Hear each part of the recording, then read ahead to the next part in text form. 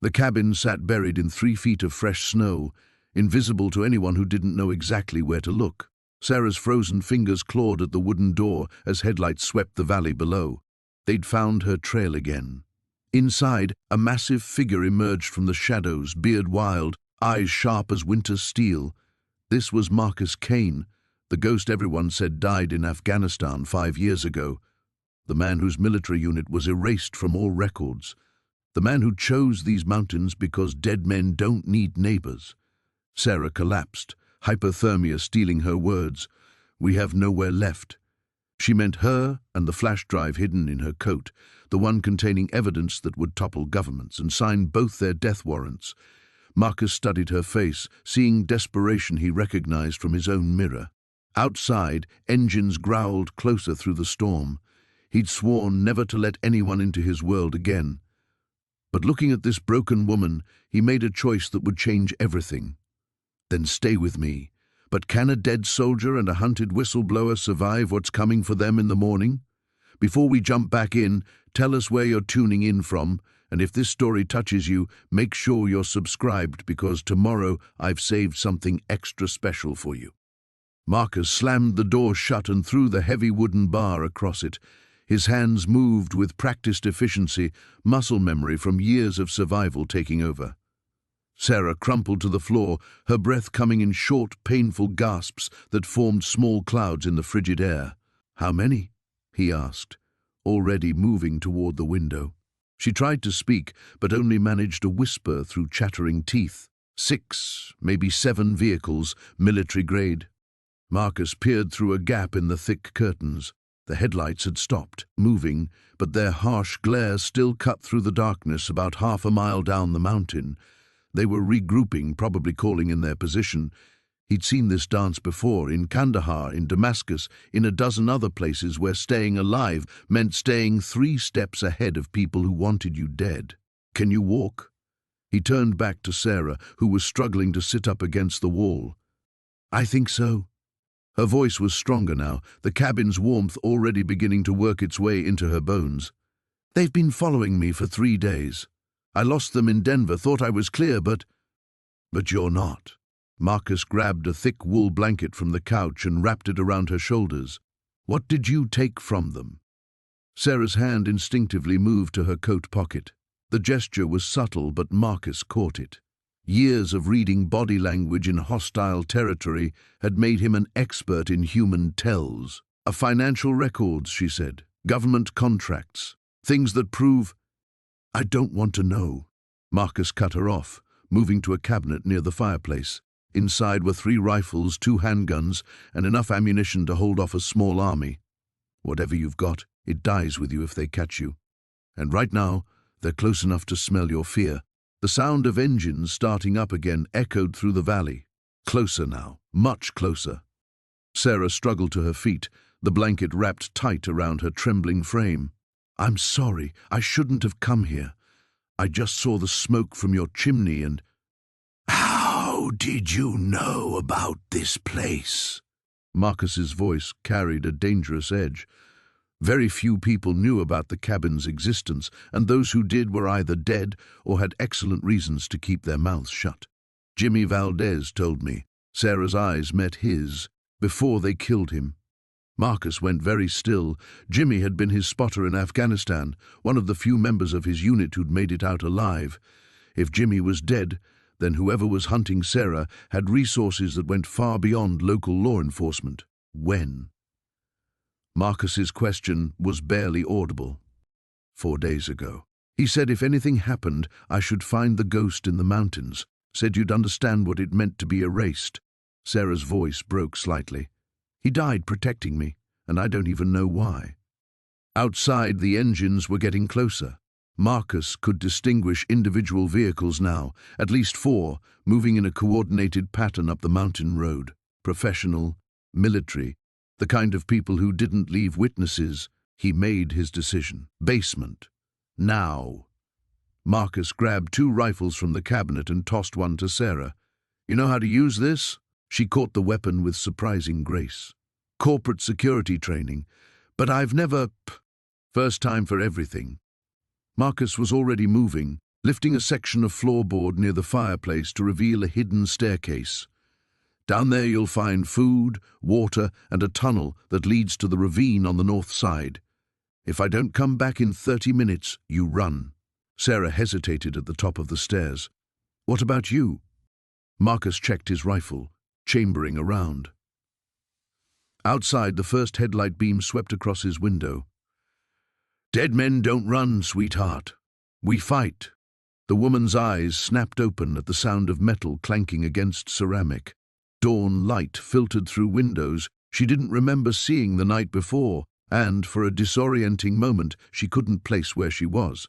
Then the events crashed back. The chase through the woods, the cabin, the man with storm-grey eyes who'd pulled her inside just as her legs gave out. She was lying on a worn leather couch, covered by a heavy wool blanket that smelled of cedar and wood smoke. Her body ached in places she'd forgotten existed, and her throat felt raw from the cold mountain air she'd gulped during her desperate flight. You're awake. His voice came from across the room, low and careful, as if he was speaking to a wounded animal that might bolt at any sudden movement. She turned her head to find him standing near a wood-burning stove, steam rising from a mug in his weathered hands. In daylight she could see him more clearly, tall and lean, with dark hair that looked like he cut it himself and a beard that suggested he had little use for mirrors. There was something almost feral about him, as if he'd been away from civilization long enough to grow his own set of instincts. How long was I out? Her voice came out as a croak. About 10 hours. He moved toward her with measured steps, offering the mug. Coffee. It's strong. She struggled to sit up, accepting the warmth gratefully. The coffee was indeed strong, bitter enough to cut through the fog in her head. Thank you. For last night, I mean. And this. He nodded once, then retreated to lean against the far wall, maintaining distance between them. She noticed he kept his body positioned so he could see both her and the windows, a habit born of paranoia or experience, she couldn't tell which. Got a name? He asked. Sarah. The lie came easily, practiced. She'd been using it for 3 weeks now, long enough that it almost felt real. What do I call you? Marcus. He studied her face as if trying to read something written there in invisible ink. You want to tell me why someone was shooting at you in my woods last night? The question hung between them like smoke. Sarah wrapped her hands around the mug, buying time. How much could she tell him without putting him in danger? How much without sounding completely insane? I witnessed something I shouldn't have, she said finally. Now some very dangerous people want to make sure I can't talk about it. What kind of something? Sarah met his gaze, seeing intelligence there along with the wariness. This man wasn't just hiding from civilization, he was evaluating her, calculating risks with the precision of someone who'd learned that the wrong decision could be fatal. The kind that gets federal judges killed, she said quietly. Something shifted in Marcus's expression, a flicker of recognition or understanding that was gone too quickly for her to interpret. He straightened slightly, and she caught a glimpse of a shoulder holster beneath his flannel shirt. How many people are looking for you? I don't know. Enough. She took another sip of coffee, grateful for the warmth spreading through her chest. I've been running for almost a month. I thought I'd lost them in Denver, but they found you again. He moved to the window, scanning the tree line with practiced efficiency. Professional? The casual way he asked the question sent a chill down her spine. This wasn't the reaction of an ordinary mountain hermit. Very. How did you... Lucky guess, but his tone suggested it was anything but luck. You can't stay here. The words hit her like cold water. I know. I just need a few hours to figure out my next move. I have some money. It's not about money. He turned from the window, and she saw something hard in his eyes. This place it's off the grid for a reason. Having you here puts both of us at risk. Risk from who? The question slipped out before she could stop it. Marcus went very still, and Sarah realized she'd just crossed a line she hadn't known existed. The silence stretched between them, filled with secrets neither was ready to share. "Finish your coffee," he said finally. "There's a town about 60 miles south. I can get you there." But even as he spoke, the distant sound of helicopter rotors began to thrum through the mountain air. Marcus's hand moved instinctively toward his weapon, and Sarah's blood turned to ice. "They found me," she whispered. Marcus was already moving, grabbing a rifle from behind the door and checking the magazine with fluid, military precision. "How good are you at following orders?" "Depends on the orders. Then pray these are ones you can live with," he said grimly. "Because dying isn't an option I'm prepared to consider." The storm passed some time before dawn, leaving behind a crystalline silence that seemed to press against the cabin walls. Elena stirred on the makeshift bed near the fireplace, her body protesting every small movement. Through the single window, pale morning light filtered across snow-laden pine boughs, creating a deceptively peaceful tableau that made the events of the previous night feel like fragments of a fever dream. But the ache in her ribs and the bandage on her arm served as brutal reminders that her nightmare was far from over. She found Marcus outside, splitting wood with methodical precision. Each swing of the axe sent echoes bouncing off the surrounding peaks, and Elena winced at the sound. In daylight, he looked less like the shadowy rescuer from her memories and more like what he claimed to be, a man who'd chosen solitude over society. His movements were efficient, practiced, but there was something in the way his eyes swept the tree line between swings that suggested old habits died hard. "You shouldn't be up," he said without looking at her. "I've been hurt worse." The lie came easily, though she wasn't sure why she felt compelled to appear stronger than she was. "Thank you for last night." Marcus drove the axe into the chopping block and finally met her gaze. "You said they'd killed your brother." The words hit her like a physical blow, and she wrapped her arms around herself. "David, he was trying to help me, and they—" Her voice cracked. "They shot him right in front of me." "Who's they?" Elena hesitated. 3 days ago, she would have trusted the authorities, would have believed that the truth was enough to protect her. Now she knew better. Men who don't want certain information to become public. What kind of information? She studied his face, searching for any sign that she could trust him with the truth that had already cost her everything, the kind that gets people killed. Marcus picked up an armload of split wood. "Fair enough. But if they're still looking for you, they'll expand their search radius. These mountains might seem vast, but there are only so many places to hide." The casual way he said it sent ice through her veins. "You think they'll find us?" "Depends how badly they want you dead." He headed toward the cabin, then paused. "And how good they are at tracking." Elena followed him inside, her mind racing. Through the window, the wilderness stretched endlessly in all directions, but Marcus was right. She couldn't run forever, especially not in this terrain, not in winter. There might be another way. "I'm listening." She pulled the flash drive from her pocket, the small device that contained enough evidence to topple careers and send powerful men to prison. "This is what they want, what they killed David for. If I could get it to the right people." "The right people?"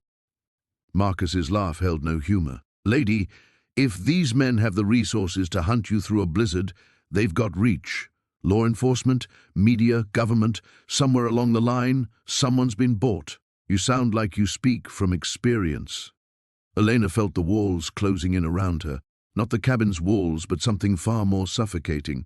If Marcus was right, if there was no one she could trust, then she was truly alone. "So, what do you suggest? That I just give up?" "I suggest you think carefully about your next move, because whatever's on that drive, it's worth enough to them that they won't stop looking. And when they find this place, not if, when, anyone here becomes a liability." The implication hung between them like a loaded gun. He was telling her to leave, and she couldn't blame him. She'd already brought violence to his doorstep. Staying would only guarantee more. But as she looked around the small cabin that had become her sanctuary, Elena realized something had shifted. It wasn't just about survival anymore. In the space of one night, this stranger had shown her more genuine protection than anyone in her old life. The way he'd tended her wounds, kept watch while she slept, even the gruff concern in his voice now, it spoke of someone who understood what it meant to be hunted. "There's something else," she said quietly. "Something I haven't told you about what's on this drive." Marcus went still. "What?" "It's not just about corruption or payoffs. It's about a government contract, a weapons system that doesn't work the way they're claiming. If it goes into production, if our soldiers depend on it in the field," she met his eyes, "a lot of good people are going to die." For a long moment, the only sound was the crackling of the fire. Then Marcus set down the wood and turned to face her fully. "Show me." The storm had passed, leaving behind a crystalline morning that made the snow-covered peaks gleam like broken glass against the pale sky. Maya stood at the cabin's single window, watching steam rise from her coffee cup while her eyes tracked the tree line for any sign of movement. 3 days had passed since she'd collapsed on Evan's doorstep, and the silence felt more ominous than comforting.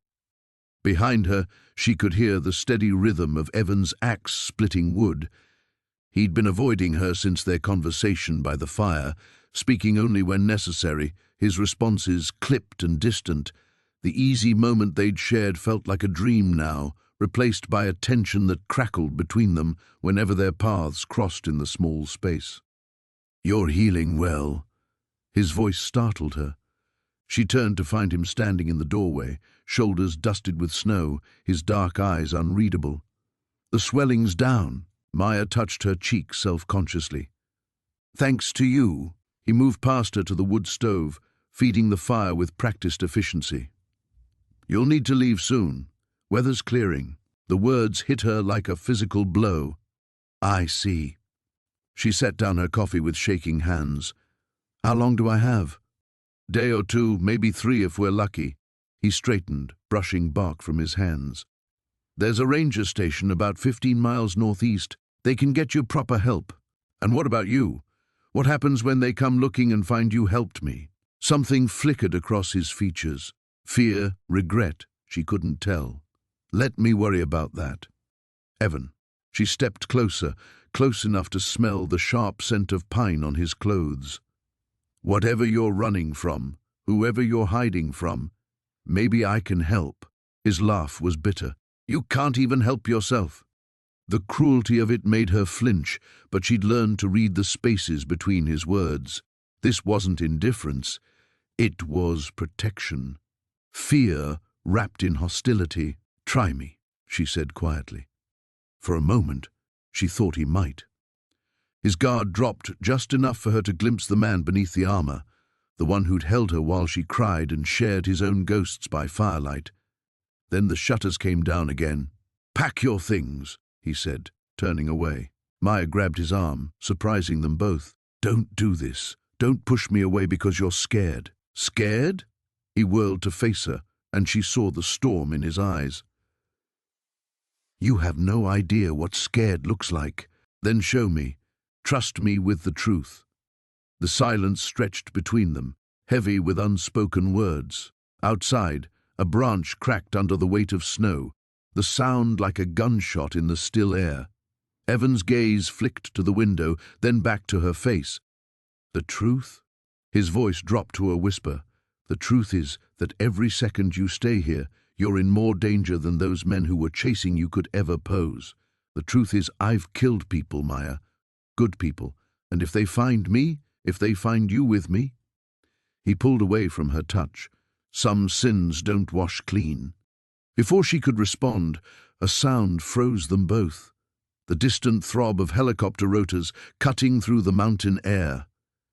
Evan's face went white. "Get down." His transformation was instantaneous, the haunted man replaced by someone who moved with lethal purpose. He pushed her below the window line, then grabbed a rifle from above the fireplace.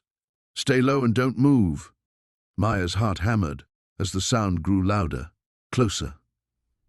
Through the gap beneath the curtains, she could see a black helicopter sweeping across the valley, moving in a grid pattern.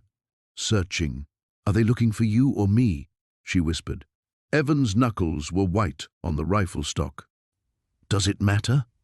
The helicopter passed overhead, so close the cabin windows rattled. Maya held her breath, pressing herself against the wall beside Evan. She could feel the heat radiating from his body, see the muscle jumping in his jaw. For endless minutes, they waited in frozen silence while the aircraft circled the area. Finally, the sound began to fade, moving deeper into the wilderness. Evan didn't lower the rifle until the silence returned completely. "Pack, now." His voice brooked no argument. "We leave in an hour." "We? You think I can stay here after that?" He was already moving, pulling supplies from hidden caches, his movements economical and practiced. "They'll be back with ground teams." Maya watched him transform their temporary sanctuary into a mere stopping point, erasing evidence of their presence with military precision. Whatever his past, whoever was hunting him, this wasn't his first time running. "Where will we go?" He paused in his packing, meeting her eyes across the small room.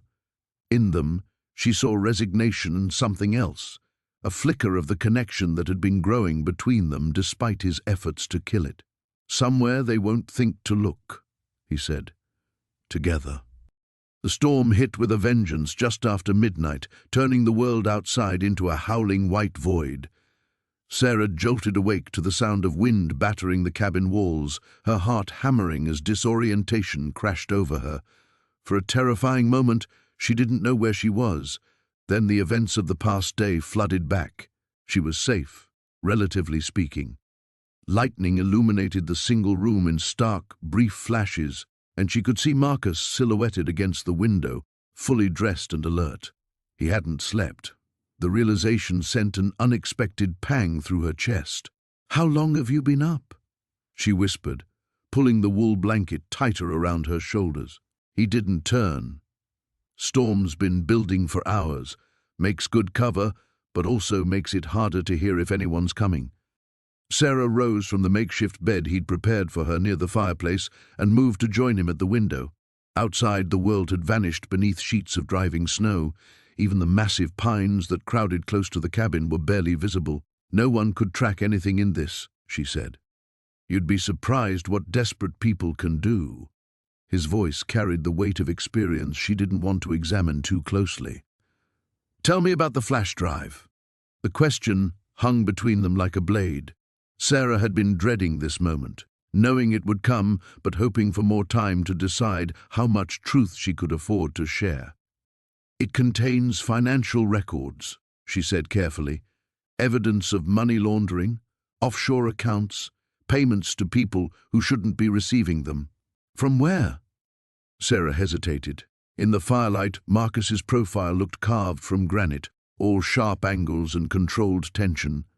But there was something else there, a watchfulness that made her wonder exactly who she was dealing with. "The company I worked for, Meridian Holdings." She watched his reflection in the window glass, looking for any sign of recognition. "My boss, David Chen, he's been using the company to wash money for some very dangerous people." Marcus's jaw tightened almost imperceptibly. "And you decided to steal evidence and run instead of going to the police." "You don't understand." Frustration bled into her voice. "The police can't protect me from these people. David's clients aren't just criminals, they're connected. Government contracts, law enforcement, judges. The corruption goes deeper than you can imagine. Try me." Something in his tone made her look at him sharply. There was an edge there, almost like challenge or familiarity. "How exactly does a man end up living alone in the mountains with enough weapons to outfit a small army?" she asked instead of answering. The silence stretched between them, filled only by the storm's fury. When Marcus finally spoke, his words were measured, careful. "Sometimes the people you trust to protect you are the ones you need protecting from." The similarity to her own situation wasn't lost on her. Sarah studied his reflection more intently, noting the way he held himself, alert, ready, like someone trained for violence, the precise way he'd examined her wound, his complete lack of surprise at her story. "You're not just some mountain hermit, are you?" Marcus turned from the window then, and in the flickering firelight, she saw something raw and dangerous in his eyes. "We all have things we're running from, Sarah." Before she could respond, A sound cut through the storm's roar, a low, rhythmic thrum that made the window glass vibrate. Marcus went rigid. "What is that?" Sarah asked, though some primal part of her already knew. "Helicopter." Marcus was moving before the word fully left his mouth, grabbing gear with practiced efficiency. "They're using the storm as cover, flying low under the radar." Sarah's blood turned to ice. "That's impossible. No one could fly in this weather. These aren't normal people." Marcus shoved a backpack into her hands, then another weapon. "Remember what I taught you about the safety." The helicopter sound grew louder, closer. Through the storm, Sarah could make out the faint sweep of a searchlight cutting through the snow. "How did they find us so fast?" Marcus's expression was grim as he shouldered his pack and moved toward the back of the cabin. "The same way they always do. They have resources you can't imagine and people everywhere." He paused, his gaze meeting hers with an intensity that made her breath catch. "People like me." The words hit her like a physical blow. "What are you saying?" "I'm saying that sometimes the person who saves you is the person who was sent to kill you." Marcus's voice was steady, almost gentle, and sometimes they decide that some things are worth dying for instead. The helicopter was directly overhead now, the searchlight blazing through the windows. Marcus grabbed her hand, his grip warm and solid, and completely at odds with the terrible understanding dawning between them. "Run, Sarah, and whatever you do, don't look back." The storm had passed, leaving behind a crystalline silence that made every sound sharp and immediate. Maya sat by the window, watching steam rise from the wet earth as morning sun filtered through the pine boughs. 3 days had passed since her arrival, and the constant knot of fear in her chest had loosened just enough for her to notice other things, like the way Ethan moved with deliberate quiet through his domain, or how his weathered hands could be surprisingly gentle when he'd changed her bandages. She turned at the soft scrape of his boots on the wooden floor. He stood in the doorway, a steaming mug in each hand, his dark hair still damp from washing at the basin. The sight of him made something flutter unexpectedly in her stomach. "Coffee," he said simply, extending one of the mugs. His fingers brushed hers as she took it, and she noticed how he didn't immediately pull away this time. "Thank you." The coffee was strong and bitter, nothing like the elaborate drinks she used to grab between meetings in her former life. That life felt like something she'd read about rather than lived. "The storm's over," he nodded, settling into the chair across from her with careful distance. "Mountain weather changes fast. Could have another one by evening." Maya studied his profile as he gazed out the window. There was something haunted in the way he watched the tree line, always alert, always listening. She recognized the hypervigilance because she felt it too now. That constant awareness that safety was an illusion. "How long have you been up here?" she asked. "Long enough." His standard non-answer, but this time he glanced at her and seemed to reconsider. 5 years. That's a long time to be alone." Something shifted in his expression. "Alone's safer." The weight of his words hung between them. Maya set down her mug and turned to face him fully. "What are you running from, Ethan?" His jaw tightened. "Same thing you are, probably. The past. My past is trying to kill me. Is yours?" He was quiet for so long she thought he wouldn't answer. When he finally spoke, his voice was barely above a whisper. "Every damn day." Maya felt her heart clench. She recognized that particular kind of pain, the kind that ate at you from the inside out. Without thinking, she reached across the space between them and touched his hand. He flinched but didn't pull away. "I worked for the government," he said suddenly, the words coming out rough and reluctant. "Special operations. The kind where your name gets scrubbed from official records and your family gets told you died in a training accident." Maya's breath caught. She'd suspected something like this, but hearing it confirmed sent a chill through her. "What happened?" "I found out my unit was being used for things that weren't about protecting America. We were eliminating witnesses, silencing whistleblowers, cleaning up messes for people who should have been in prison instead of positions of power." His hand turned under hers, palm up, and his fingers closed around hers. "I tried to go through proper channels." Report it up the chain of command. They tried to silence you too. They did more than try. He looked down at their joined hands. They killed my partner, made it look like an accident, left a message for me that my sister would be next if I didn't disappear permanently. Maya's chest tightened. The pieces were falling into place. His isolation, his skills, the way he'd known exactly what to do when she'd stumbled bleeding into his world. So you vanished. Sarah thinks I'm dead. It's better that way. The pain in his voice was raw, unguarded. She's safe as long as everyone believes that. Maya understood now why he'd helped her despite the danger. They were both ghosts, both casualties of a system that devoured its own to protect its secrets. The people after me, they might be connected to the same network. Ethan's eyes sharpened. What exactly did you uncover? Financial records. Money trails leading from legitimate government contracts to private accounts. Billions of dollars disappearing into shell companies.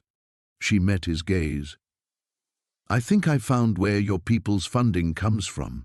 The temperature in the room seemed to drop. Ethan's hand tightened around hers. Maya, if you're right, they'll never stop hunting me. I know. She took a shaky breath. But maybe together we can do something about it. Maybe we can... He was already shaking his head. You don't understand what you're suggesting. These people have unlimited resources, no conscience, and a very long reach. Going after them isn't justice, it's suicide. Then what's the alternative? Hide up here forever? Let them win? Yes, he said fiercely, because alive and hidden is better than dead and heroic. Maya pulled her hand free and stood, pacing to the window. The wilderness stretched endlessly before her, beautiful and isolating. She could disappear here, become someone else, let Maya Chen die as completely as Ethan had let his former self die. But the thought made her feel hollow inside. Outside, a hawk circled high above the trees, riding the thermal currents with deadly grace. Sometimes, she realized, survival meant more than just staying alive. The storm had passed, leaving behind a crystalline morning that made the snow-covered pines sparkle like something from a fairy tale. Sarah stood at the window, cradling a steaming mug of coffee, watching Marcus split firewood with methodical precision. Each swing of the axe revealed the controlled strength she'd glimpsed the night before when he'd held her so carefully, as if she might shatter. She touched her lips, still feeling the ghost of his kiss.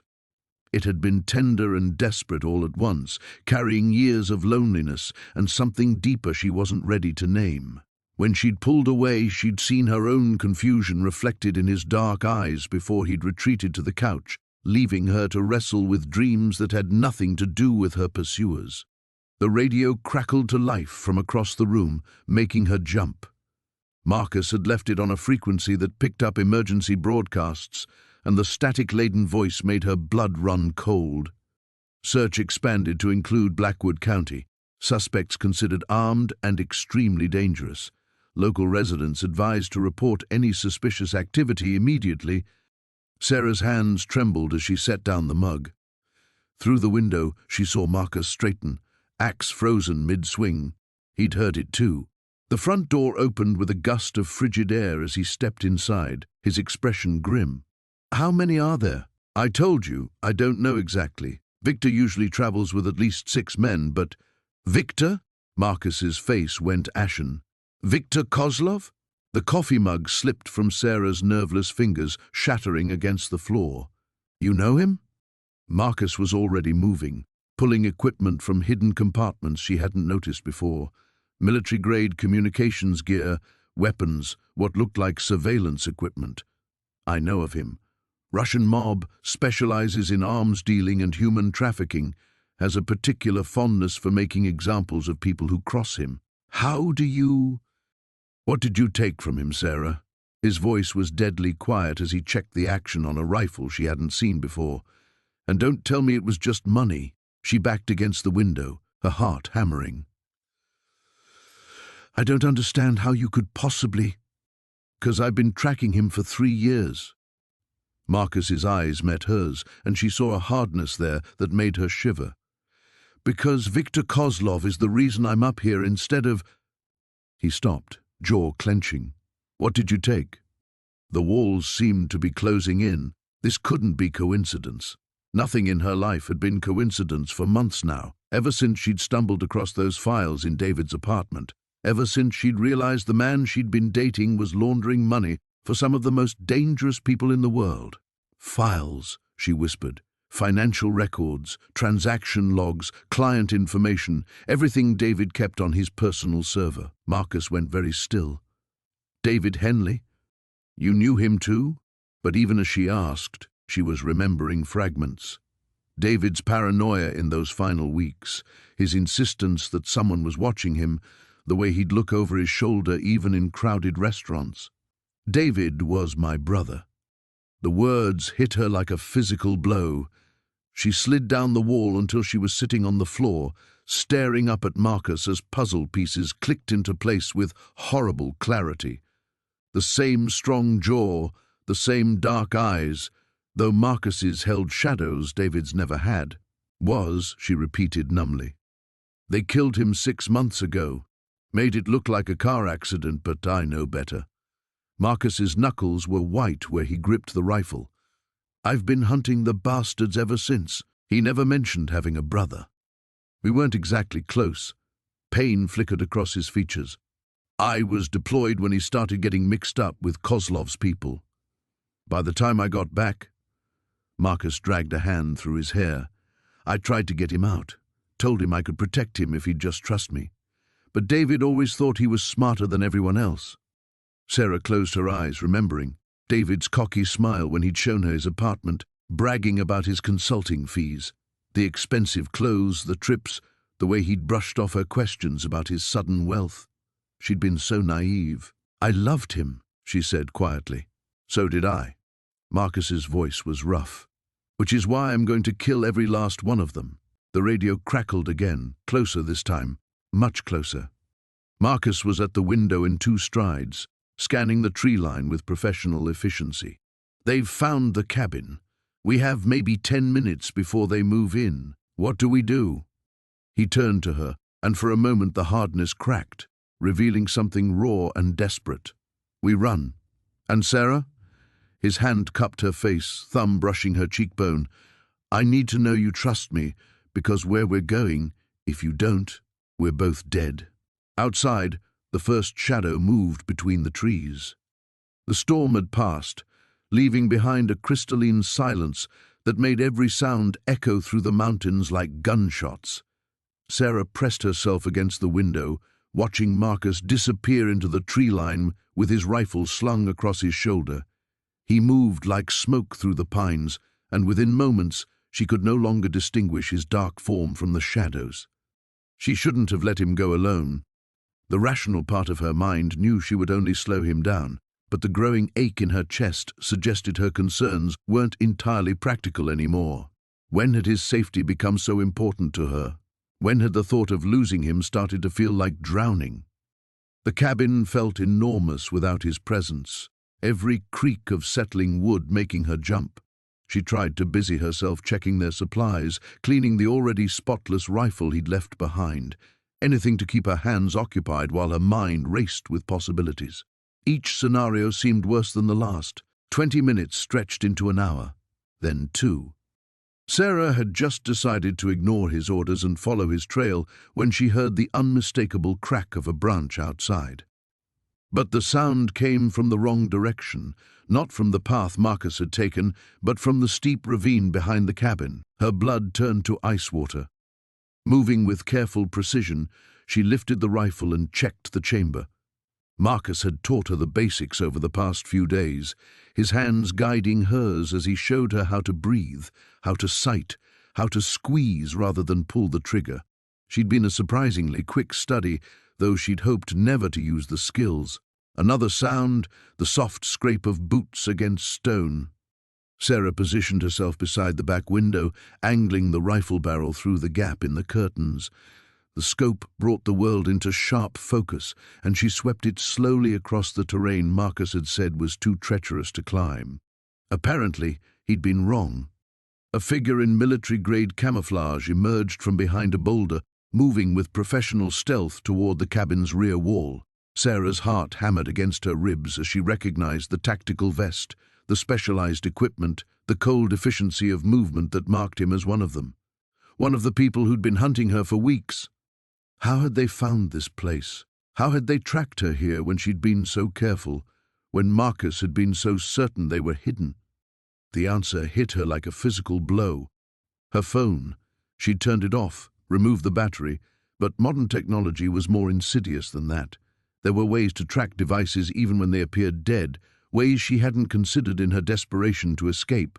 She'd led them straight to Marcus. The soldier, because that's what he was, she could see it in every controlled movement, had reached the cabin wall.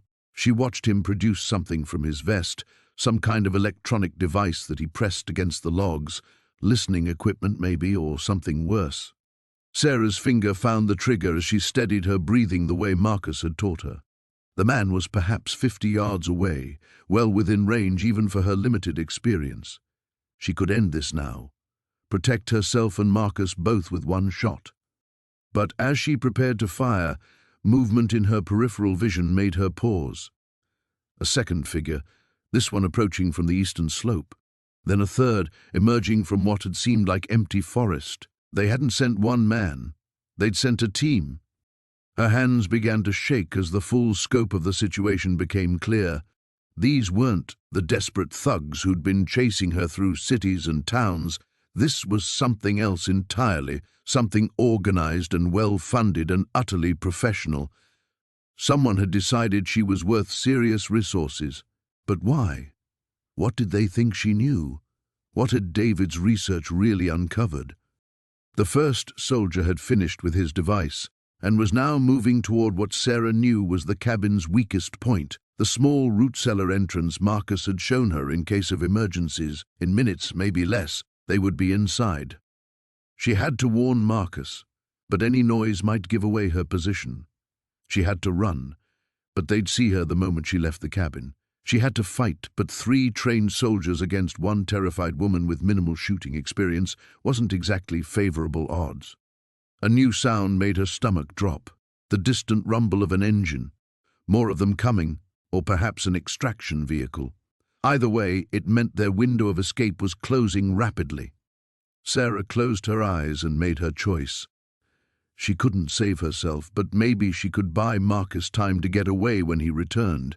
Maybe she could make enough noise, create enough chaos that he'd hear it from wherever he was and know to run. She shifted the rifle toward the soldier at the root cellar, steadied her breathing one final time, and prepared to announce her presence to the mountains in the loudest way possible. The radio crackled to life at dawn, cutting through the fragile peace that had settled over the cabin. Elena jerked awake from where she'd been curled against Marcus's chest, her body instantly tense as familiar voices filled the static-laden transmission. Base camp to Units 7 and 12. Target acquired approximately 8 miles southeast of Grid Point Charlie. Moving to intercept. Marcus was already moving, his arms sliding away from her as he reached for the radio controls. His face had transformed from the gentle man who'd held her through the night back into the hardened operative she'd first encountered. The shift sent ice through her veins. "How many?" she whispered, though part of her didn't want to know. At least a dozen, maybe more. His fingers flew over equipment she was only beginning to understand. They've got thermal imaging, GPS tracking, probably satellite support. This isn't some corporate cleanup crew, Elena. This is military grade. She watched him pull weapons from hidden compartments, checking ammunition with practiced efficiency. Every movement was precise, deadly. Who are you really, Marcus? And don't tell me you're just some burned-out soldier living off the grid. He paused, a tactical vest half-strapped across his chest. Does it matter now? It matters to me. She stood, surprising herself with how steady her voice sounded. If we're going to die together, I'd like to know who I'm dying with. Something flickered across his face. Vulnerability, maybe even fear. Blackwater Division, Special Operations. I was their best asset until I discovered what we were really protecting. He resumed his preparations, but his movements had lost their mechanical precision. Your research, Elena, the synthesis you stumbled onto, it's not just about pharmaceutical applications, it's biological warfare, a weapon that could target specific genetic markers, wipe out populations while leaving others untouched. The words hit her like a physical blow. All those late nights in the lab, all her excitement about potential medical breakthroughs, she'd been designing genocide. That's impossible. The proteins would never maintain stability in atmospheric conditions. They would with the right delivery system, which is exactly what certain people are very interested in acquiring. Marcus shouldered a rifle that looked like it could stop a tank. I've spent 3 years gathering evidence, building a case. But they found me first, through me. The guilt was suffocating. I led them right to you. You saved my life. He crossed to her, cupping her face in hands that somehow remained gentle despite the weapons they'd just been handling. Without you, I would have died in that storm. Now at least we have a chance. The radio erupted again with coordinates and tactical chatter. They were closer now, maybe 30 minutes out. Elena's mind raced through possibilities, calculations, desperate scenarios. There's another way, she said suddenly. What if they can't use my research because it doesn't exist anymore? Marcus stared at her. What are you talking about? The synthesis requires a specific protein sequence, one I've never written down because I was paranoid about industrial espionage. It only exists in my head. She moved to his computer terminal, her fingers already flying over the keyboard. But if I can hack into my old lab's mainframe, upload a virus that corrupts the base research, they'll kill you whether the research exists or not. Not if they think you have backup copies. Not if they think I'm the only one who can reconstruct the work. She was already deep into the system, bypassing security protocols with techniques that made Marcus raise an eyebrow. I may be a biochemist, but I didn't survive 3 years of corporate backstabbing without learning a few tricks. The sound of helicopters echoed off the mountains, still distant but growing stronger. Marcus appeared beside her, his presence solid and reassuring. Even if this works, even if we destroy the research, they won't stop hunting us. Then we make sure they have bigger problems to worry about. Elena's virus was spreading through the lab's databases like wildfire, corrupting not just her own work but everything connected to the bioweapons program. Your evidence, Marcus. How were you planning to expose them? I wasn't sure I could. Too many powerful people involved, too much money at stake. What about the media? What about someone who couldn't be bought or threatened? Her fingers never stopped moving, uploading files, copying data, preparing revelations that would bring down corporations and governments alike. Sometimes the best defense is making yourself too public to kill quietly. He understood immediately, his own hands joining hers at the keyboard. 3 years of carefully gathered intelligence flowed onto news servers, whistleblower sites, journalist inboxes around the world. Evidence of corruption, murder, the weaponization of science for profit and power. The helicopters were close enough now that the cabin's windows rattled. Elena saved the last file, then turned to Marcus with something that might have been a smile. So, how's your Spanish? Good enough. You thinking Mexico? I'm thinking anywhere that doesn't have an extradition treaty. She stood, surprised by how calm she felt, ready to be international, fugitives together. Marcus kissed her, fierce and desperate and full of promises they might not live to keep. With you? Absolutely. Outside, boots hit the ground running. The storm had passed, leaving behind a crystalline silence that felt almost sacred. Maya stood at the cabin's single window, watching steam rise from the snow-covered pines as morning sunlight filtered through the canopy. 3 days had passed since the avalanche, 3 days of being trapped in this small space with Caleb, learning the rhythms of his solitary life. She'd discovered he was methodical in everything, the way he stacked firewood, prepared meals, even the precise movements he made while cleaning his weapons. There was something almost meditative about watching him work, as if each action was a form of prayer or penance. Coffee's ready, he said behind her, his voice still rough with sleep. Maya turned to find him holding two steaming mugs, his dark hair disheveled and stubble shadowing his jaw. The domesticity of the moment caught her off guard. How normal it felt, how right. The thought terrified her more than Marcus's threats ever could. "Thank you." Their fingers brushed as she took the mug, and she saw him flinch slightly at the contact. He'd been doing that more frequently, as if her touch burned him. "I need to check the trail conditions today," Caleb said, settling into the chair across from her. "See if it's passable yet." Maya's stomach clenched. She knew this moment would come, but she wasn't ready. "And if it is?" "When we need to talk about your next move." His green eyes were unreadable. "Those men won't stop looking for you. They'll expand their search radius, bring in more people." "I know." She wrapped her hands around the mug, seeking its warmth. "Caleb, about what I told you about the files, you don't need to explain anything else." "But I do." She leaned forward, needing him to understand.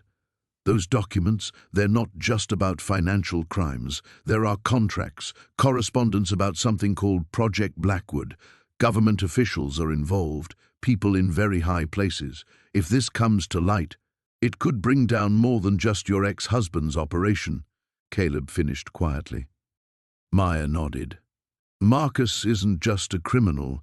He's a middleman for something much bigger, something that reaches into the highest levels of government. That's why they're so determined to find me. And that's why—" She took a shaky breath. "That's why being around me puts you in danger." Caleb was quiet for a long moment, staring into his coffee. When he looked up, there was something different in his expression, a hardness she hadn't seen before. "What if I told you I already knew about Project Blackwood?" The mug slipped from Maya's hands, coffee spilling across the wooden table. "What?" Not the details, not the scope, but the name. He stood abruptly, moving to a loose floorboard near the fireplace. With practiced movements, he pried it up and withdrew a metal box. "I've heard it before." Maya's heart hammered as he returned to the table and opened the box. Inside were documents, photographs, and what looked like military identification cards, all bearing Caleb's face, but with a different name. "Captain David Mitchell," she read aloud, her voice barely a whisper. "Special Operations Command." "I died 3 years ago," Caleb said flatly. "At least, that's what my file says. Killed in action during a classified operation that officially never happened." Maya felt the world tilt around her. "But you're here, you're alive." "Because I discovered my own team had been compromised. Project Blackwood was funding both sides of several conflicts, using soldiers like me as unwitting pawns. When I tried to report it," he gestured to the documents. "Let's just say someone decided I was a liability." Oh my God, the pieces were falling into place now. His paranoia, his isolation, his expertise with weapons and survival. "They tried to kill you." "They succeeded, as far as the world knows. David Mitchell is buried in Arlington Cemetery. Caleb exists off the grid, off the books. It's the only way I could stay alive long enough to gather evidence." Maya stared at him, seeing him clearly for the first time. This wasn't just a reclusive mountain man who'd stumbled into her mess. This was someone who'd been fighting the same enemy all along. "Why didn't you tell me?" "Because the more you know, the more danger you're in. And because—" he ran a hand through his hair, looking vulnerable suddenly. "Because I was starting to hope this could be real. That maybe I could have something normal, something good, before I finish what I started." The admission hung between them like a bridge neither was sure they should cross. Maya reached across the table, covering his scarred hand with hers. "What if we finished it together?" Caleb's fingers tightened around hers. "Maya, you don't understand what you're suggesting. These people, they don't leave loose ends." "Neither do I," she said firmly. "And now, neither do we." Outside, a branch snapped in the distance, and they both froze, their moment of connection shattered by the reminder that nowhere was truly safe. The morning light filtered through the cabin windows like liquid amber, but Elena couldn't shake the chill that had settled deep in her bones. She'd barely slept, every shadow seeming to move with malevolent intent, every creak of the old wood sounding like footsteps. Marcus had taken the first watch, then woken her at 3 to take over while he caught a few hours of rest. Now, as dawn broke over the mountain peaks, she found herself studying his sleeping form on the makeshift bed by the door. Even in sleep, tension lined his features. His jaw remained clenched, one hand resting near the rifle propped against the wall. She wondered what nightmares haunted a man who'd already lived through hell and chosen exile over absolution. The satellite phone buzzed, startling her from her thoughts. Marcus was awake instantly, weapon in hand before his eyes fully opened. The movement was so fluid, so practiced, that Elena felt her breath catch. This was the soldier he'd been, the ghost operative who'd disappeared into legend. "Thompson," Marcus answered, his voice gravelly with sleep. Elena watched his expression shift from alertness to something darker. His knuckles whitened around the phone. "How many?" he asked. A pause. "What kind of equipment?" Elena's stomach dropped. She could guess what Thompson was reporting even before Marcus spoke again. "How long do we have?" The answer made Marcus close his eyes briefly. When he opened them, they held a resignation that terrified her more than anger would have. "Understood. Thank you, old friend." He ended the call and set the phone down with deliberate care. The silence stretched between them like a taut wire. "They found the trail," Marcus said finally. "Professional team, military-grade equipment. Thompson spotted them moving up the North Ridge about 3 hours ago." 3 hours? Elena's voice came out smaller than she intended. Why didn't he call sooner? Because he was trying to slow them down. Marcus stood, already reaching for his gear. "They're good, Elena. Better than the men who came before. Someone called in serious favors for this hunt." Elena rose on unsteady legs, her mind racing. "How long before they reach us?" "Thompson estimates noon. Maybe sooner if they push hard." Marcus was moving with purpose now, checking weapons, stuffing supplies into packs. "We need to move, now." "Where?" She grabbed her jacket, the one Marcus had given her that first night. It smelled like wood smoke and safety, things that felt increasingly fragile. "They'll track us wherever we go." Marcus paused in his preparations, and for a moment his mask slipped. She saw fear there, not for himself but for her. It made her chest tight with emotions she couldn't afford to examine. "There's a place," he said slowly, "deeper in the mountains, an old mining cave system that connects to a valley on the other side of the range. But Elena," he turned to face her fully, "it's dangerous. The caves are unstable in places, and if we get separated, I'll stay close." The words came out stronger than she felt. "I trust you." Something shifted in his expression at those words. He stepped closer, and she could see gold flecks in his dark eyes, could feel the warmth radiating from his body. "There's something else," he said quietly, "about the data you're carrying." Thompson heard chatter on their comms. "They're not just here to eliminate you anymore. They want what you have intact." Elena's blood chilled. "Which means they'll try to take you alive." Marcus's jaw tightened. "That changes things. Makes them more dangerous, not less. They'll take risks they wouldn't take if this was just a kill mission." The implications settled over her like a shroud. Alive meant interrogation. It meant they'd extract every piece of information she possessed before deciding her fate. It meant Marcus would be expendable collateral. "We should split up," she said suddenly. "You know these mountains better than anyone. Alone, you could—" "No." The word came out sharp as a blade. Marcus stepped closer, his hands finding her shoulders. "Elena, look at me." She met his gaze, seeing something there that made her heart race for reasons that had nothing to do with fear. "I meant what I said yesterday, about not running anymore." His thumb traced along her collarbone, a touch so gentle it made her eyes sting. "We face this together, or not at all." Before she could respond, before she could think about all the reasons it was foolish and dangerous and impossible, she rose on her toes and kissed him. It was meant to be quick, grateful, but Marcus's arms came around her, and suddenly she was drowning in the taste of him, the solid reality of his presence. When they broke apart, both breathing hard. The morning light had shifted. Time was slipping away from them like water through cupped hands. "We need to go," Marcus said, but his forehead remained pressed against hers. "I know," Elena whispered back, though neither of them moved. In the distance, barely audible over the mountain wind, came the sound of voices. The storm hit with a vengeance just as Elena finished checking the perimeter traps. Wind howled through the pines like a living thing, and snow fell so thick she could barely see 5 feet ahead. She pulled her coat tighter and hurried back toward the cabin, Marcus's warnings about mountain weather echoing in her mind. But something was wrong. The usual smoke wasn't rising from the chimney, and the windows were dark. Her heart lurched as she broke into a run, boots sliding on the fresh powder. "Marcus!"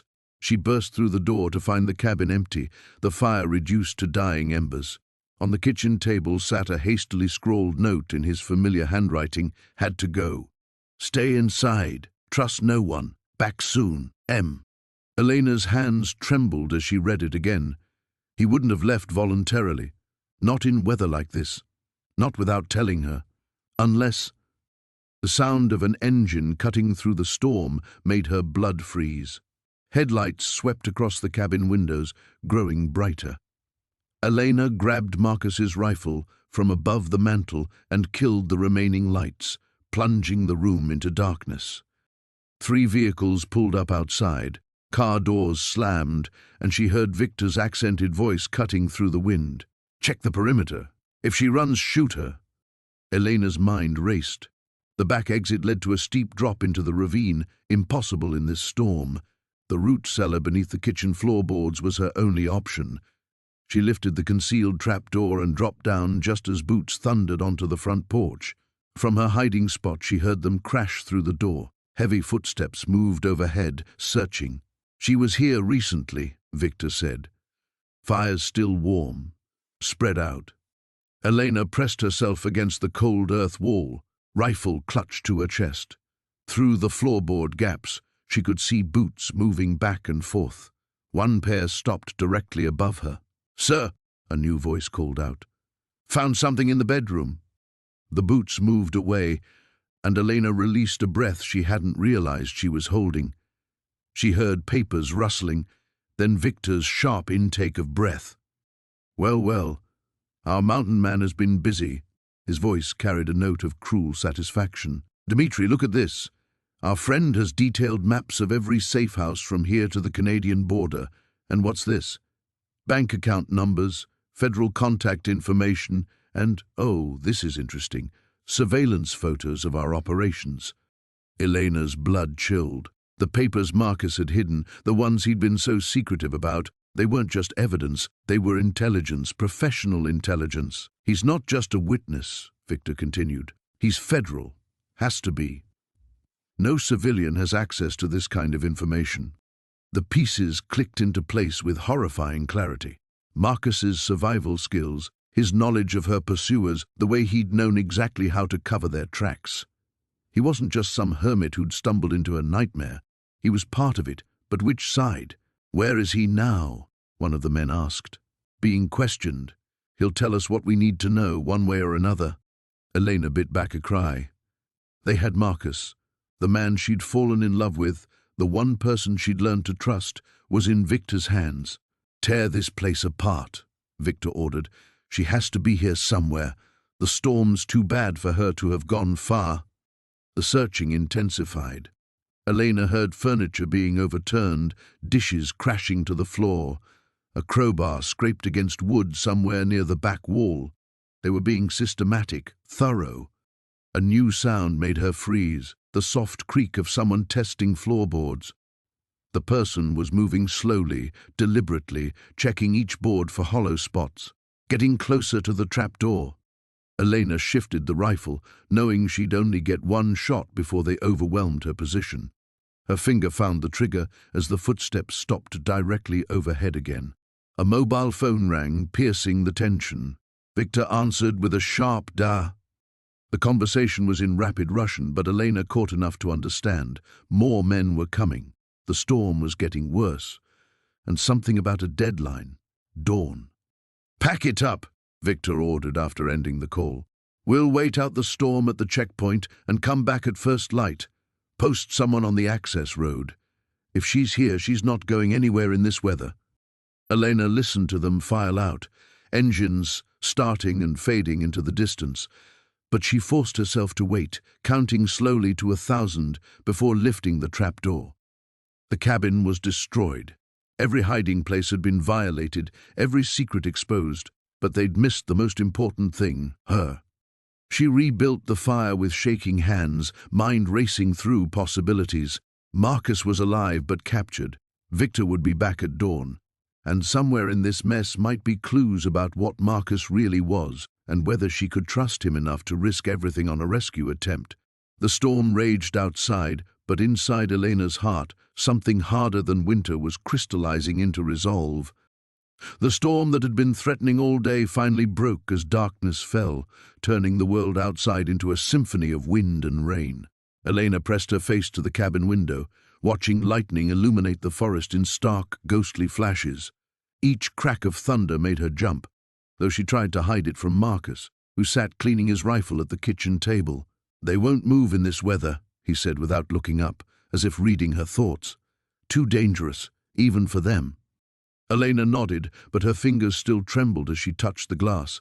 3 days had passed since they discovered the tracking device in her jacket. 3 days of waiting and planning and trying not to think about what would happen when Victor's men finally found them. Marcus had been teaching her to shoot, to fight, to survive, but she still felt woefully unprepared. "Come away from the window," Marcus said, his voice gentler now. "You're making yourself crazy." She turned to find him watching her with those dark eyes that had learned to read her so well. The rifle lay disassembled before him, each piece clean and gleaming in the lamplight. Everything about him spoke of preparation, of a man who had faced death before and survived.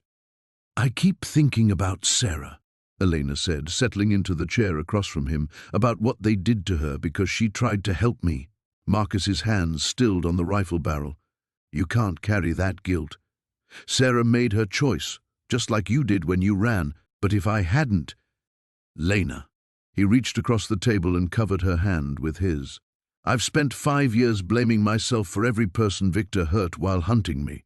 It'll eat you alive if you let it." The warmth of his touch spread up her arm, and she found herself studying his face in the flickering light. Somewhere between the fear and the waiting, something had shifted between them. The careful distance he'd maintained was crumbling, replaced by something raw and honest that made her breath catch. "Tell me about before," she said. "Before all this, what was your life like?" A shadow passed over his features. "I was a different person then, believed in things that turned out to be lies." "That doesn't answer my question." He was quiet for so long she thought he wouldn't respond. Then he began reassembling the rifle with practiced movements, his voice low and distant. "I had a house in the suburbs, a job that mattered, or so I thought. I was going to propose to a woman named Rachel." His hands never paused in their work. "Had the ring picked out, dinner reservations made. Then I found out what my research was really being used for, and everything fell apart." Elena felt a stab of something that might have been jealousy. What happened to her? "She chose her career over a fugitive boyfriend. Can't say I blame her." He looked up then, meeting Elena's eyes. "Sometimes I wonder if she even thinks about me anymore." "Do you think about her?" The question hung in the air between them, charged with possibility and danger. Marcus set down the rifle and leaned back in his chair, studying her face. "Not lately," he said quietly. "Not since you crashed into my life and turned everything upside down." Elena's heart hammered against her ribs. "Marcus!"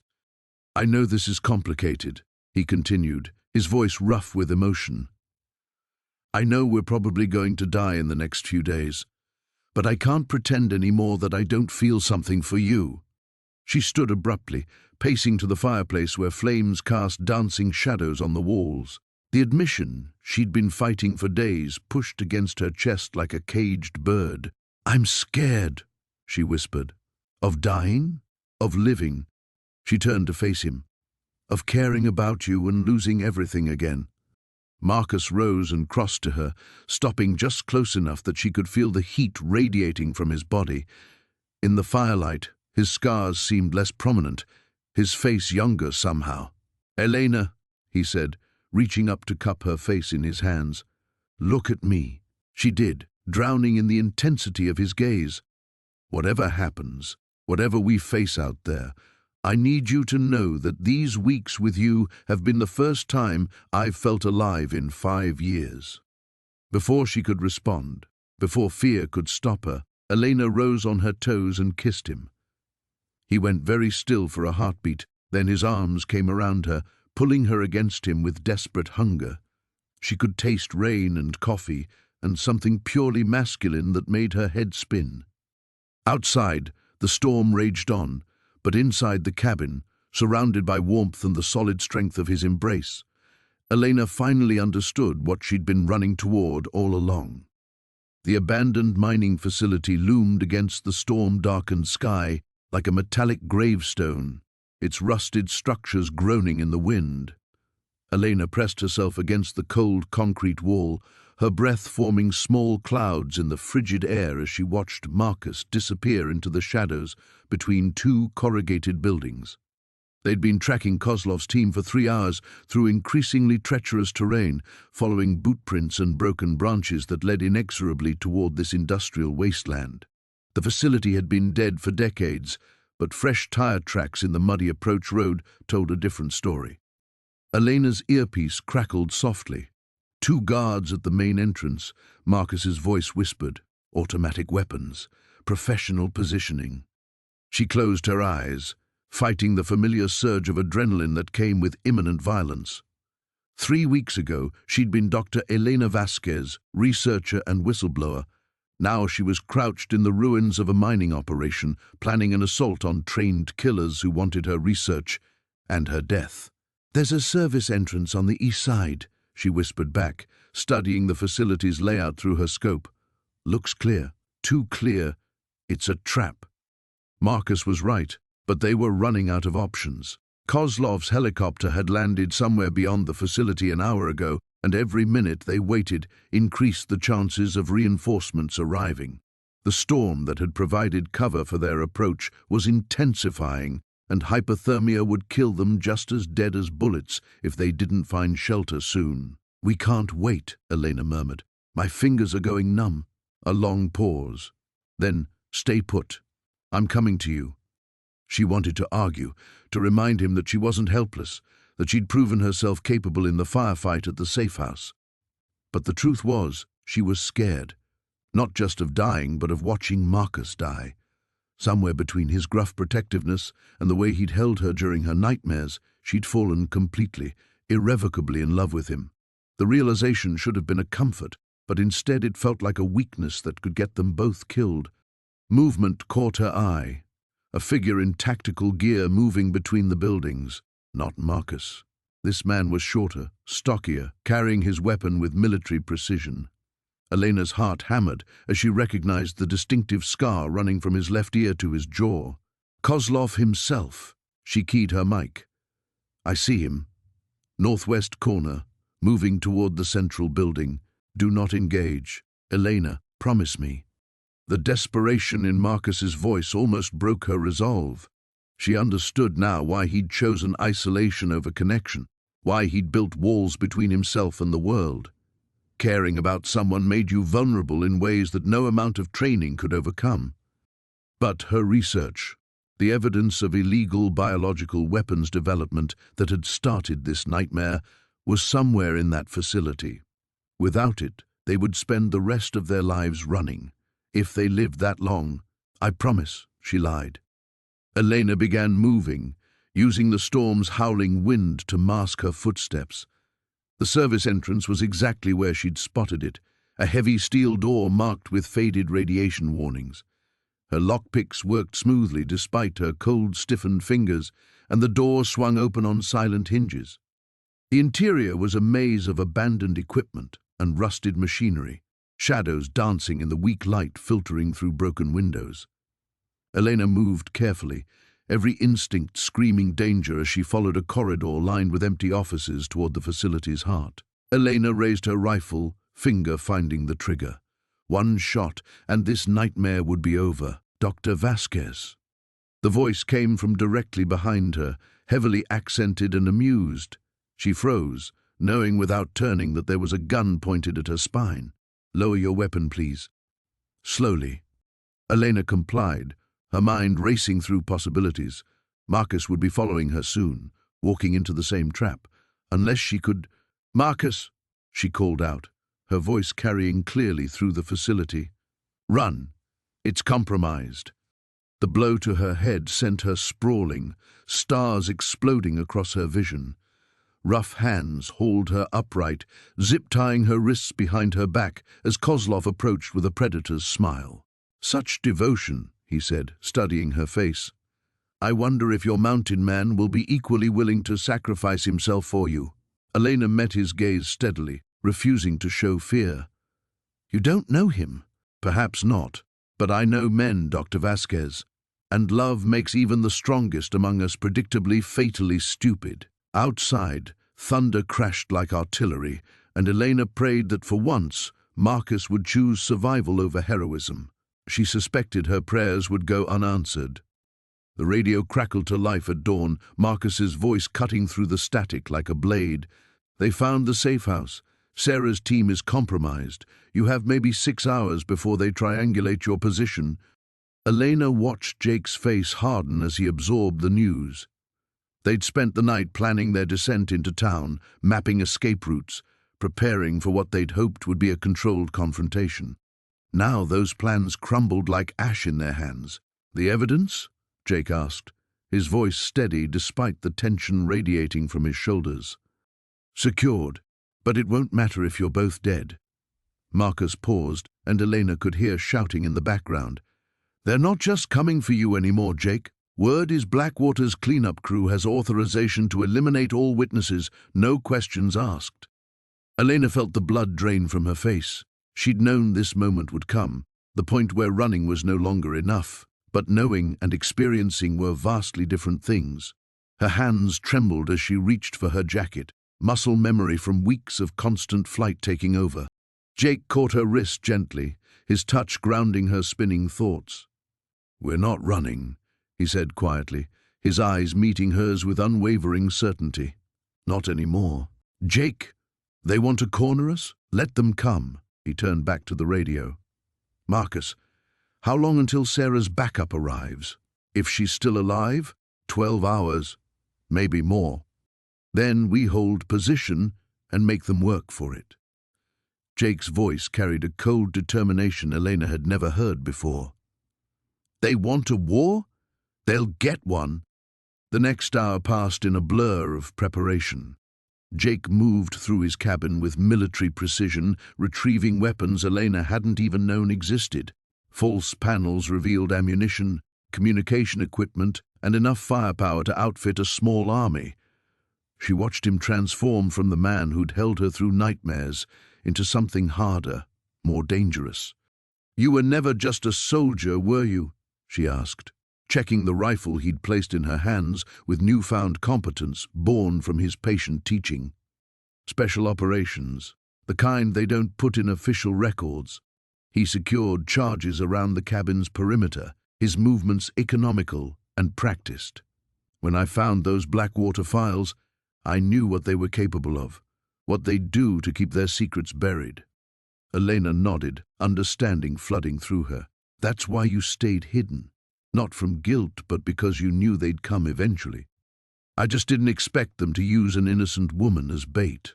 His eyes found hers across the room, and for a moment the hardened operative disappeared. "I'm sorry you got pulled into this." "Don't." She crossed to him, framing his face with her hands. "Don't you dare apologize for saving my life, for giving me a reason to fight back."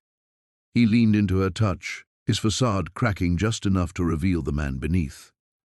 "I can't promise we'll both walk away from this." "I know." She kissed him, pouring everything she couldn't say into the contact. "Fear, love, determination, acceptance.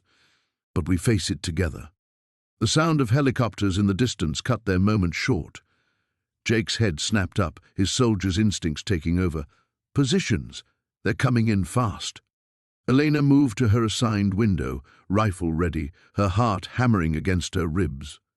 Through the scope, she could see black shapes moving between the trees. Tactical gear, coordinated movement, professional killers who'd come to finish what her husband had started. "Remember," Jake's voice was calm in her earpiece, "they need to get close to be certain we're dead. Let them come." The first shot shattered the morning silence, bark exploding from the tree beside their cabin. Elena forced herself to breathe steadily, finger on the trigger, waiting for Jake's signal. She'd never imagined her life would come to this. A final stand in a mountain cabin with a man she'd known for less than 2 months, but would trust with her soul. Another shot, closer now. Glass tinkled as their kitchen windows spider-webbed. Elena could see movement in the tree line, shadows that spoke of death approaching with calculated precision. Elena. Jake's voice was soft in her ear, meant only for her. "Whatever happens, I love you too," she whispered back, cutting off what might have been his final words. Because she did, completely, desperately, with the kind of love that made dying for someone seem like the most natural thing in the world. She'd come to his mountain, running from death, and found something worth living for. The shadows broke from the trees, moving fast and low toward their position. Now, Jake commanded. Elena took her shot, and the war began. The explosion echoed through the valley like thunder, shaking snow from the pine branches and sending a murder of crows spiraling into the grey dawn sky. Elena pressed herself against the rocky outcropping, her breath coming in short puffs of white vapor as debris rained down from what had once been Marcus's cabin. "Jesus," Kai whispered beside her, his knuckles white as he gripped the detonator. "I didn't think it would be that big." Elena's heart clenched as she watched orange flames lick at the skeletal remains of timber and stone. Everything Marcus had built, everything that had been their sanctuary, was gone. But there was no time for mourning, not when Volkov's men were already shouting orders from somewhere in the smoke-filled chaos below. "The mine shaft," she said, tugging at Kai's sleeve. "We have to move now while they're confused." They scrambled along the ridge, using the thick smoke as cover. Elena's ribs protested with each jarring step, the makeshift bandage around her thigh already seeping blood through her torn jeans. Behind them, she could hear engines roaring to life and the sharp crack of gunfire as Volkov's team spread out to search for survivors. The entrance to the old copper mine was hidden behind a tangle of dead brush and rusted warning signs. Kai yanked aside the vegetation with desperate efficiency while Elena kept watch, her stolen pistol trained on the tree line. "There," Kai panted, revealing a gap in the rock face just wide enough for a person to squeeze through. "Marcus showed me this place years ago. The tunnels connect to a system that runs all the way to the other side of the mountain." Elena hesitated at the threshold, peering into the absolute darkness beyond. The musty smell of decay and mineral deposits wafted out like breath from a tomb. "How do we know it's safe? These mines have been abandoned for decades." "We don't," Kai admitted, already pulling a small LED flashlight from his pack. "But it's better than what's waiting for us out here." A rifle shot cracked somewhere too close behind them, followed by harsh Russian voices. Elena made her choice, slipping into the narrow opening just as Kai's light illuminated rough-hewn walls and a tunnel that disappeared into shadow. The passage was barely wide enough for their shoulders, forcing them to move single file through air thick with dust and the scent of ancient timber supports. Elena tried not to think about the millions of tons of rock suspended above their heads, or the way Kai's flashlight beam seemed so fragile against the crushing darkness. "Tell me about the documents," she whispered, needing something to focus on besides the claustrophobic walls. "What exactly did your father discover?" Kai's light bobbed as he navigated around a fallen beam. Volkov wasn't just trafficking arms through those Syrian routes. He was moving chemical weapons, stuff that could level entire city blocks. My dad had shipping manifests, payment records, even video footage of the transfers. Elena's stomach turned. She'd known Volkov was dangerous, but this was beyond anything she'd imagined. "That's why he killed my handler. David must have gotten too close to the truth. And that's why he'll never stop hunting us," Kai said grimly. Those documents don't just expose him, they implicate half the Russian Defense Ministry and 3 sitting US senators who took his money. The tunnel began to slope downward, and Elena could hear the distant drip of water echoing from somewhere ahead. Her wounded leg was beginning to throb with each step, but she forced herself to keep moving. They had no choice but to trust Marcus's escape route. "When this is over," she said quietly, "what then? Even if we get these documents to the right people, we'll never be safe. There'll always be someone else coming." Kai stopped abruptly, turning to face her in the narrow space. The LED caught the planes of his face, highlighting the exhaustion and determination etched in every line. "Then we disappear. New identities, new lives. There are places we could go, remote islands, mountain villages where people don't ask questions." His free hand found her face, thumb brushing across her cheekbone with infinite tenderness. "If you'll have me. I know I'm not much, a paranoid hermit with trust issues and enough enemies to fill a small country." Elena leaned into his touch, feeling something fierce and protective uncurl in her chest. "You're everything," she whispered. "You saved me when I had nothing left to lose." Their lips met in the darkness, desperate and hungry and tasting of smoke and fear and hope. For a moment, the weight of the mountain above them didn't matter, nor the men hunting them through the tunnels of shadow. Then a distant sound echoed through the passage, the scrape of boots on stone, the harsh whisper of foreign voices. Volkov's men had found the mine entrance. The gunshots echoed through the valley like thunder, each report sending ice through Sarah's veins. She pressed herself against the rough bark of the pine tree, her breath coming in sharp puffs that crystallized in the frigid air. Somewhere in the darkness below, Marcus was moving through the forest, hunting the men who had pursued her across 3 states. She clutched the radio he'd given her, his final words still ringing in her ears. "Whatever happens, don't come looking for me." But the silence stretched too long now. The shooting had stopped 10 minutes ago, and the absence of sound felt more terrifying than the gunfire itself. Her fingers trembled as she adjusted the radio's frequency, straining to hear any sign of life through the static. A branch snapped behind her. Sarah spun around, her heart hammering against her ribs. A figure emerged from the shadows between the trees, tall, broad-shouldered, moving with predatory grace. For one desperate moment, she thought it was Marcus returning victorious. Then the man stepped into a shaft of moonlight, and she saw the cold smile that had haunted her nightmares. "Hello, Sarah." Dimitri's voice carried the same cultured accent that had once charmed her in the gallery where this nightmare began. "You've led us quite a chase." She stumbled backward, her boots sliding on the icy ground. "How did you—" "Find you?" He moved closer, and she could see the blood on his jacket, dark stains that made her stomach lurch. "Your mountain man put up an impressive fight. 3 of my men won't be going home, but in the end, even legends bleed." The words hit her like physical blows.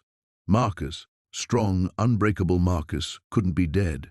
He'd survived wars, lived alone in this wilderness for years, turned himself into something harder than the mountains themselves. He couldn't fall to these men who'd pursued her. "You're lying," she whispered. Dimitri's smile widened. "Am I? Then where is he, little bird? Why isn't your protector swooping down to save you?" Sarah's hand found the knife Marcus had given her, its weight solid and reassuring against her palm. He'd taught her how to use it during their weeks together, his hands guiding hers, his voice patient and encouraging. The memory of his touch gave her strength. "What do you want from me?" she asked, surprised by the steadiness in her own voice. "Same thing I've always wanted. The drive, the files you stole from Kozlov's safe." His eyes glittered in the moonlight. "Did you really think you could expose our operation and simply disappear? That we'd let you destroy everything we've built?" The flash drive felt like it was burning against her chest, where she'd hidden it beneath her jacket. Those files contained evidence of arms deals, human trafficking, murders, enough to bring down an entire network of criminals. She'd risked everything to get them, and Marcus had nearly died protecting her right to expose the truth. "Even if I give them to you, you'll kill me anyway," she said. Perhaps. But your mountain man taught you to fight, didn't he? Perhaps you'd like to earn your freedom. Dimitri's hand moved to his coat, and Sarah saw the grip of a pistol, but he didn't draw it. Instead, he pulled out a long, curved knife that gleamed wickedly in the pale light. "One chance," he said. "You and me. If you win, you walk away. If you lose—" He shrugged eloquently. Sarah's mind raced. She could run, but he'd catch her in the darkness. She could scream, but there was no one left to hear. Marcus had taught her to survive, but had he taught her enough to face a killer like this? Then she heard it, a sound so soft she almost missed it. The whisper of movement through the trees. A shadow detached itself from the darkness behind Dimitri, moving with the absolute silence that only one man she knew could manage. Marcus alive. She forced herself not to look, not to give him away. Instead, she raised the knife, letting Dimitri see the fear in her eyes that wasn't entirely feigned. "You want to do this the hard way?" she said, her voice shaking just enough to sell the performance. "Fine. But when I kill you, I'm going to make it hurt." Dimitri laughed, the sound sharp and cruel. Brave words from a frightened mouse. He lunged forward, knife extended, and Sarah threw herself to the side just as Marcus erupted from the shadows behind him. The two men crashed together with bone-jarring force, rolling across the frozen ground in a tangle of limbs and flashing steel. Sarah scrambled away from the fight, her heart in her throat as she watched the man she'd come to love battle for both their lives. In the moonlight, both men looked like creatures from some primordial nightmare, dark shapes struggling for dominance while death waited to claim the loser. The forest held its breath, and Sarah realized that everything, her freedom, her future, her chance at the love she'd never expected to find, would be decided in the next few heartbeats. The helicopter's rotors churned overhead like mechanical vultures as Elena pressed herself against the pine's rough bark, her breath forming small clouds in the frigid air. 3 days had passed since Marcus's sacrifice at the compound, 3 days of running through terrain that seemed determined to claim her life before Kozlov's men could. She clutched the encrypted drive against her chest, feeling its sharp edges through her torn jacket, the evidence it contained. Proof of Kozlov's human trafficking network, his government connections, the locations of safe houses across 3 countries, represented justice for countless victims, but it also made her the most hunted woman on the continent. A branch snapped somewhere to her left. Elena's pulse spiked as she recognized the deliberate weight of approaching footsteps, not the random movement of wildlife, but the calculated advance of trained killers. She can't have gone far. A voice carried on the wind, speaking accented English. "The blood trail leads this direction." Elena glanced down at her makeshift bandage, noting the fresh crimson seeping through the fabric wrapped around her thigh.